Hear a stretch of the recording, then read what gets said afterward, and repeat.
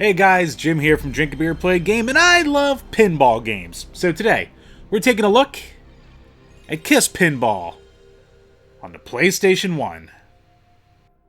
Originally released to Windows in 2000, KISS Pinball was ported to the PlayStation in 2001. It was developed by Tarantula Studios and was published as part of Take-Two Interactive's $10 bargain line of games.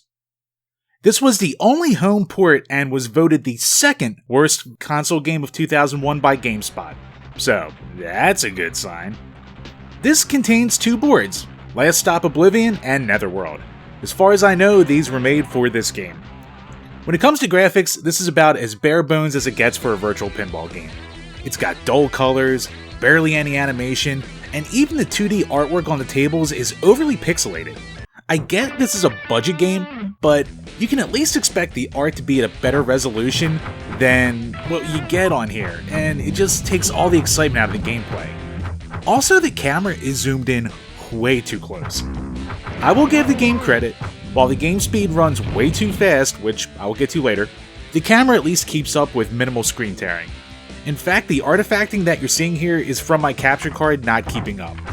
Netherworld is slightly better looking with the large KISS heads, but it's still a poor effort overall.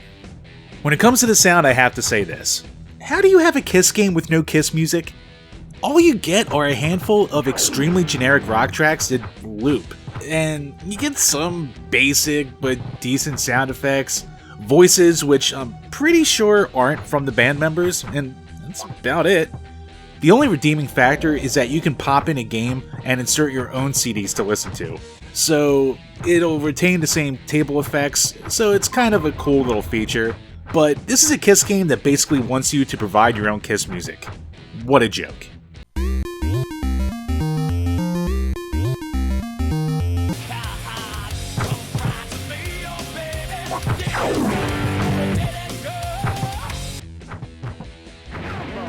Control's a tough one because it's digital pinball, and even then, this game has its problems.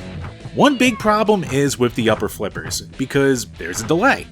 It also doesn't help that the speed of the game is just so insane that you almost can never time the top flippers to work when you want them to. The bottom flippers are a generation behind in Control, since they hit for max power every single time like a 16-bit game would. Also, on Oblivion, you have this weird glitch where when you catch and release the ball on the right flipper, it does this weird hop every single time. Who designed this crap? You control the flippers with R1, L1, and you can change the music tracks from a CD using L2 and R2, and you can tilt with the D-pad, which kind of barely works. The control kind of works, but the overall delay in reaction time just makes a bad game even worse.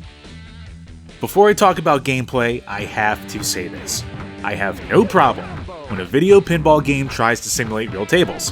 When done well, they're fantastic. This isn't one of those. The game runs unplayably fast. The second you hit the ball, it just goes flying, with minimal time to react to anything.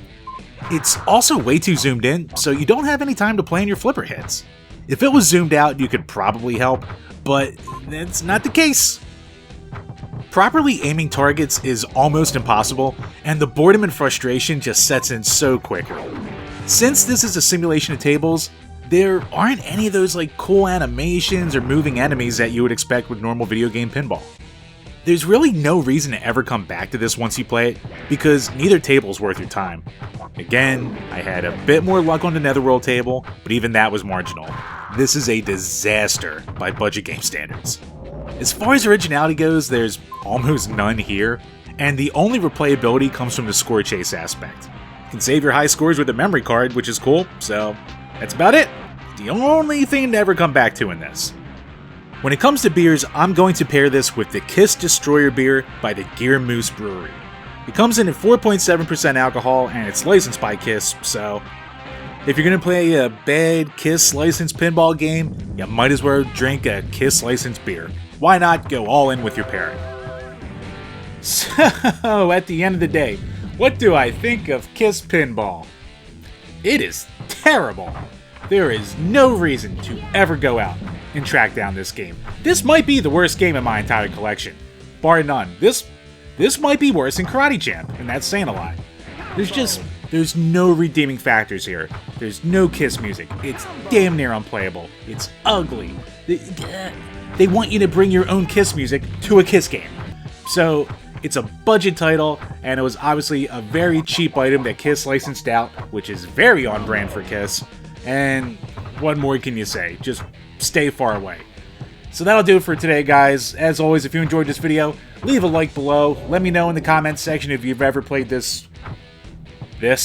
And as always, check the links for our other reviews, our pinball reviews, and we are the home of the Power Hour podcast, which is also on iTunes and Spotify. Until next time, guys, cheers.